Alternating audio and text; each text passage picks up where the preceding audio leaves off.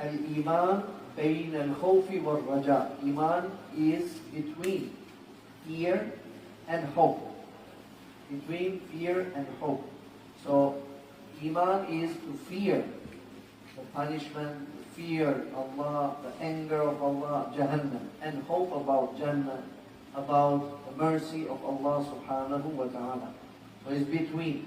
And the ulama says for the young age, they have to lean more towards the fear. And for the old age, they need to lean more towards the hope.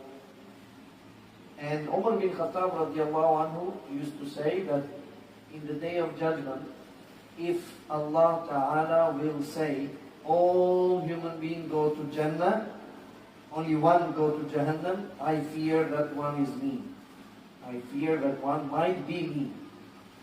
And if in the day of judgment Allah will say that all people go to Jahannam and only one go to Jannah, paradise, I hope that that is me. So that is Iman, between fear and hope together.